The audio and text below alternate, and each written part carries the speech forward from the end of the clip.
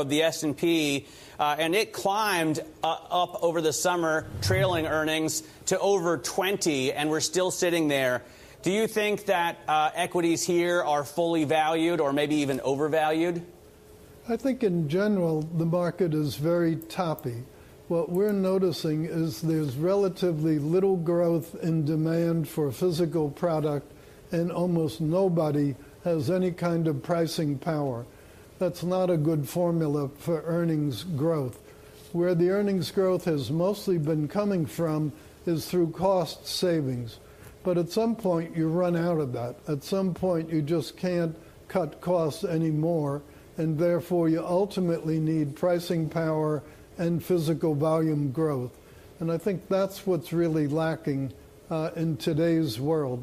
So we have been net sellers for the last 18 months to a very, very large degree. And of course, that's a criticism levied against the central banks that all this easy monetary policy hasn't done much to lift aggregate demand. So does this make it harder for the Federal Reserve to raise interest rates come December, as so many people expect them to do? I think they should raise them. In fact, I think they should have raised them already, but for a very different set of reasons. First reason is, if all that's keeping our economy together is 25 basis points, we got nothing going on anyway.